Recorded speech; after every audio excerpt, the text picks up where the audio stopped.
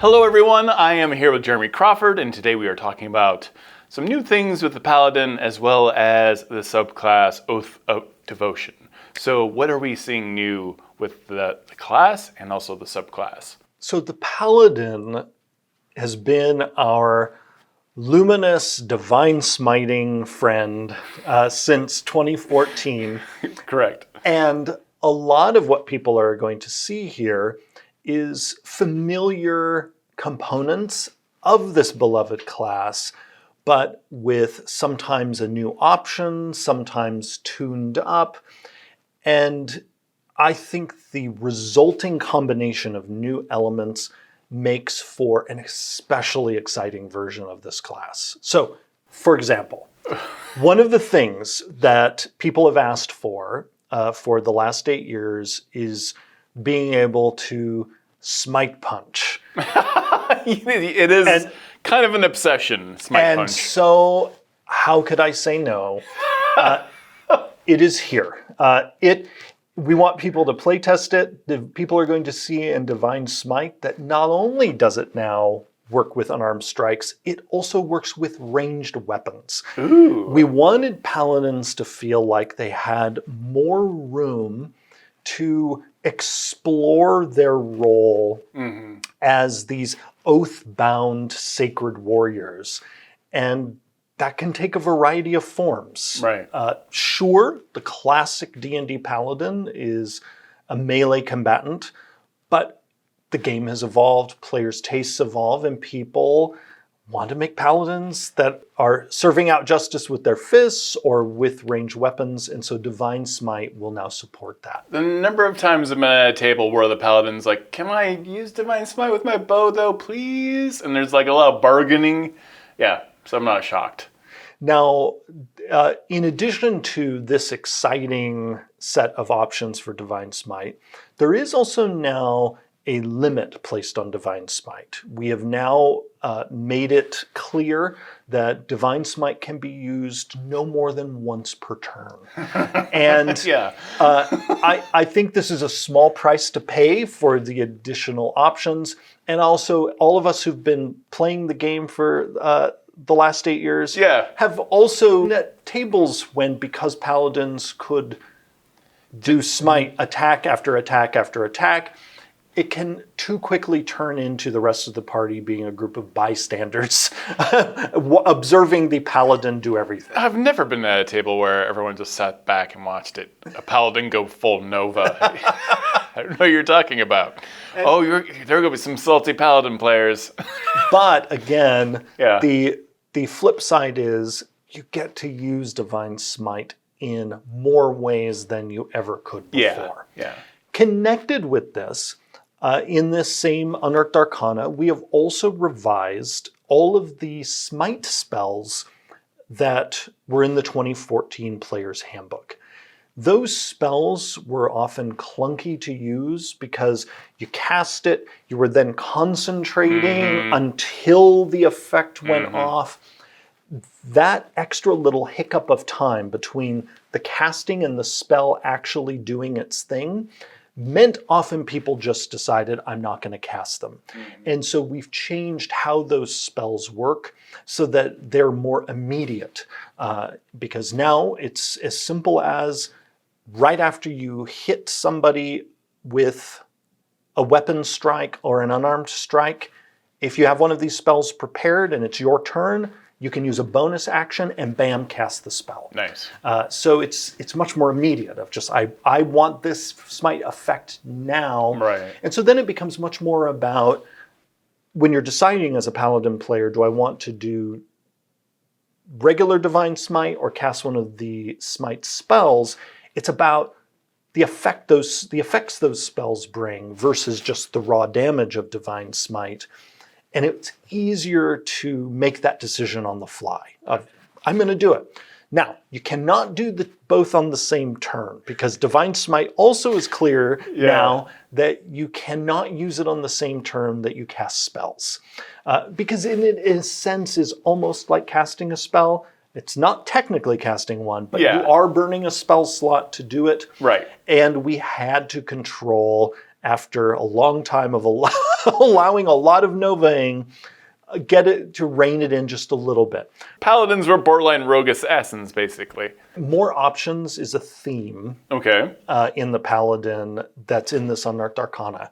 Not only do you have more options for your Divine Smite, you have more options at higher levels with Lay on Hands. So in the original 2014 Lay on Hands, you could use this pool of healing to heal people or remove the poisoned condition or disease. Now, later, at high level, we give you the ability to spend 5 hit points as you could to remove the poison condition to remove one of the conditions from a whole list of options. Oh, okay. So essentially, you're at high level, your Lay on Hands becomes more versatile. We also give you a new way to use your Channel Divinity as a Paladin. You still get Channel Divinity at 3rd level, just like you did in 2014. But now at 9th level, you get an Abjure Foes ability, which allows you to fill foes all around you with essentially divine awe. And we wanted to give your Channel Divinity a few more options, and also you have more uses. So the Paladin in 2014 had precious few uses of their Channel Divinity. Right. You're now going to start with 2 a day and the ability to regain a use when you take a short rest, but then that number of uses goes up as you level up. Same thing is present in the current version of the Druid in the playtest. So you're going to have more uses of your Channel Divinity. Divine Sense is now a part of that. So the Paladin also before had a number of abilities that all had their own number of uses you had to track. You had to track a number of uses for Divine Sense. You had to track the healing pool for Lay on Hands. You had to track the number of uses for Cleansing Touch, and so on and so forth. What we've done is we've now made it so that, oh, and of course you also had your spell slots. We've now made it so that you have your pool of healing for Lay on Hands, you have Channel Divinity, and you have your spells. And so those other things like Divine Sense, what was formerly called Cleansing Touch, which is now called Restoring Touch, and that's actually what beefs up your Lay on Hands now. All of those are now flowing through more sort of shared conduits, but also now you get more uses of your Channel Divinity with this in mind.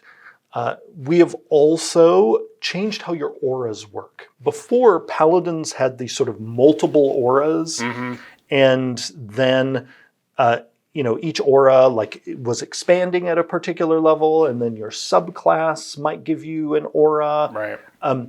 What we're now doing to make it easier for Paladin players to track, but also easier for us to make cool things later that affect your aura, is in the base class you have now just a single aura, and that aura gains new effects. And that's important because then what that means is later, like we do as people will see in the Oath of Devotion, we can say that aura of protection that you have as a Paladin now has this additional function. Right. And when that aura gets bigger at a higher level, well, it carries with it the additional features that you've gotten from your subclass or a magic item or some other source. So it allows us to give the Paladin more goodies if it makes sense to enhance their auras in various ways. Perfect.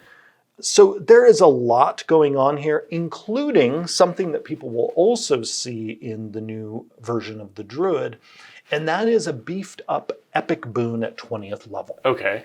So digging through the playtest feedback over the last few months, we've seen consistently people wanting that 20th level feature to have some more heft. Right. And also for the epic boon feats to be more epic. We've listened to that feedback and we have started a revision process on all of the epic boon feats. Just a few of them appear in this UA, but people will get to see where we're headed.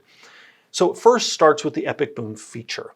And again, both the Paladin and the Druid have this. As we revise the other classes, they will get this version of epic boon as well. So first what it does now is it increases an ability score of your choice by 2, and it can go over 20. So this has been actually one of the most requested features for characters at 20th level is, can I finally go over 20? Yeah. And the answer is yes, and at least for now in the playtest. And I hope it makes it, because I think it's a lot of fun. Then when you get to the Epic Boon feats, they, in addition to having, whatever benefit it is that they provided, they also include within them an ability score increase, and it can also allow you to go over 20. But still no higher than 30. 30 is still the cap for the whole game.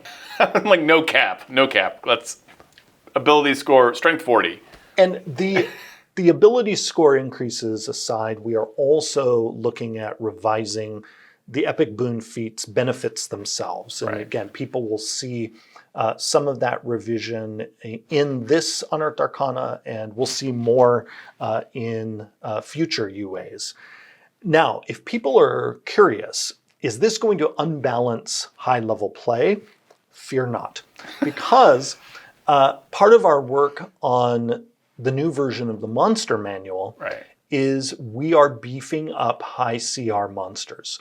And they are not going to be troubled that much. I don't like the sound of this at all. By 20th level characters having a score to above 20. Right. So, as powerful as you may feel now.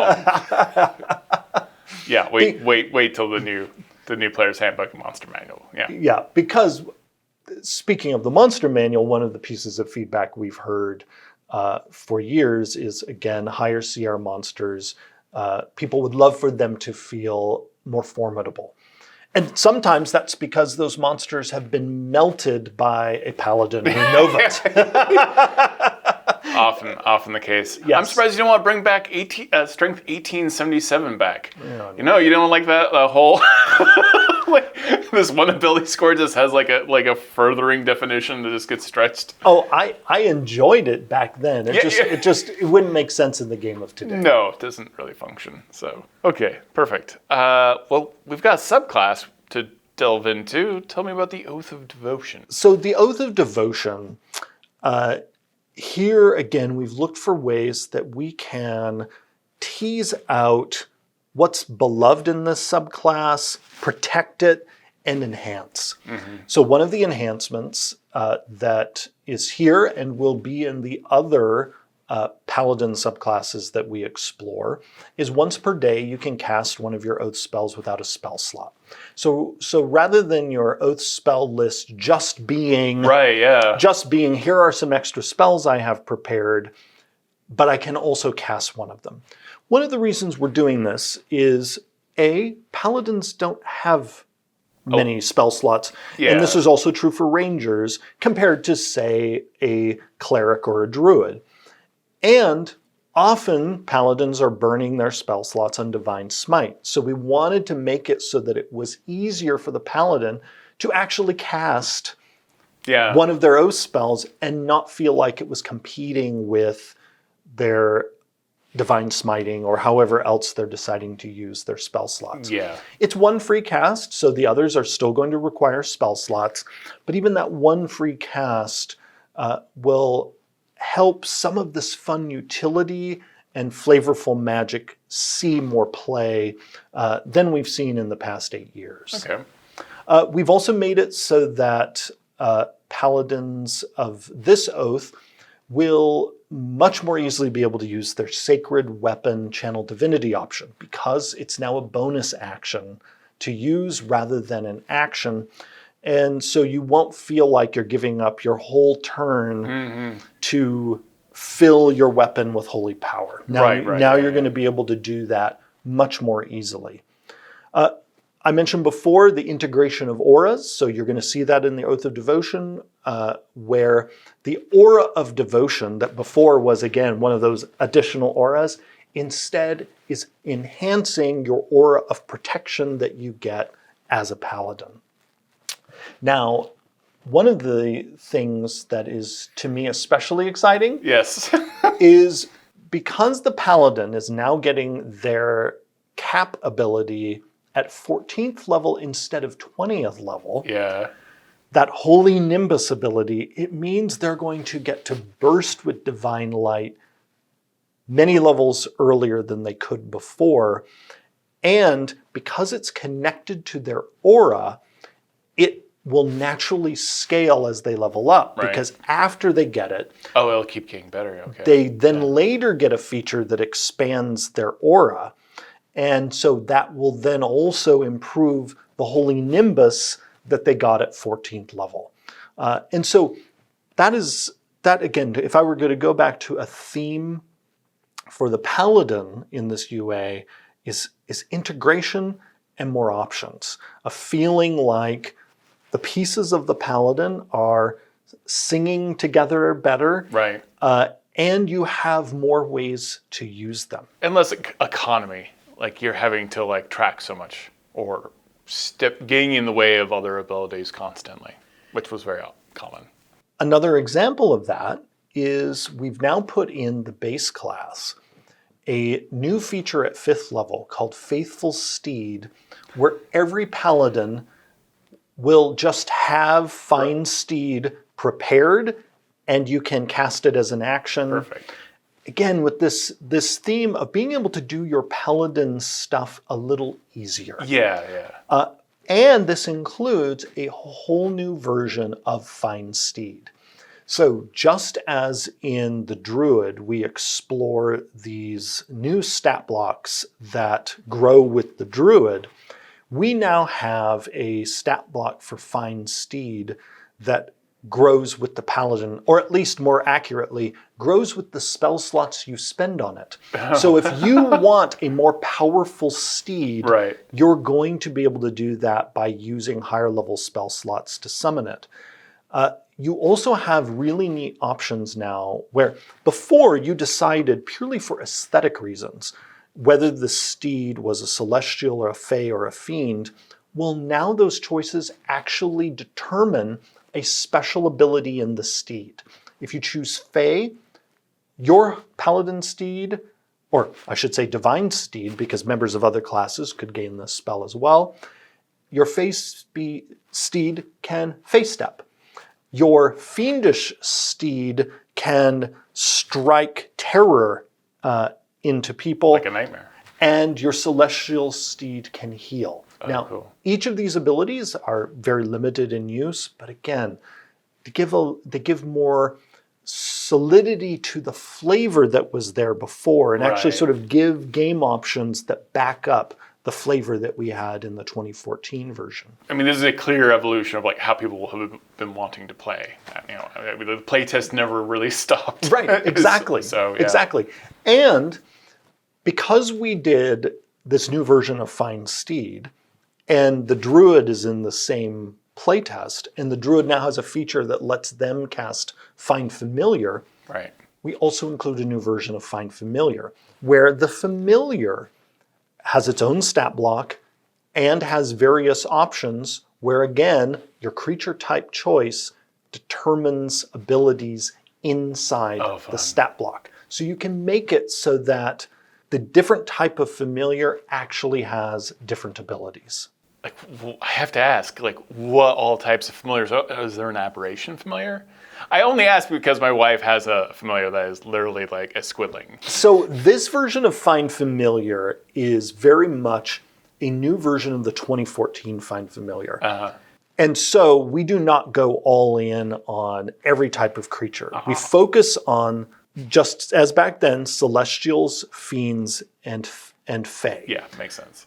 But we still have the warlock coming. That's what I hear. And this new version of Find Familiar is going to be a really fun infrastructure for us to use in the warlock, because the warlocks already have an option that involves Find Familiar, and we can do more now that we have a familiar specific stat block. Right. There's more we can now do in a class like the warlock to play around with that stat block. I just want it to be known, I'm seeing a lot of buffs to the cleric and the life cleric and the paladin. So I the whole Find Steed, Divine Steed. I just want to, when the necromancer comes out, It needs, make it easier to bring undead into the fold. Oh, don't you worry. Give us creepy characters, like a little bit more bandwidth. A spoiler for future UAs that the Necromancer Wizard will be in the playtest later this year. And one of our goals there is absolutely going to be make it easier to actually be a Necromancer. So many people don't want to hear that. That's going to be great. It's going to be great. It's going to be great. Perfect. I guess that's it. All right. And then maybe in a couple of weeks, we'll have some follow-up videos that delve a little bit more into why that was designed this way or wasn't designed that way, why this new feature is there, right around the time the survey goes live. So I look forward to it. Yep. Look out for those videos coming up soon. All right. Have a great day. Bye, everyone. Bye.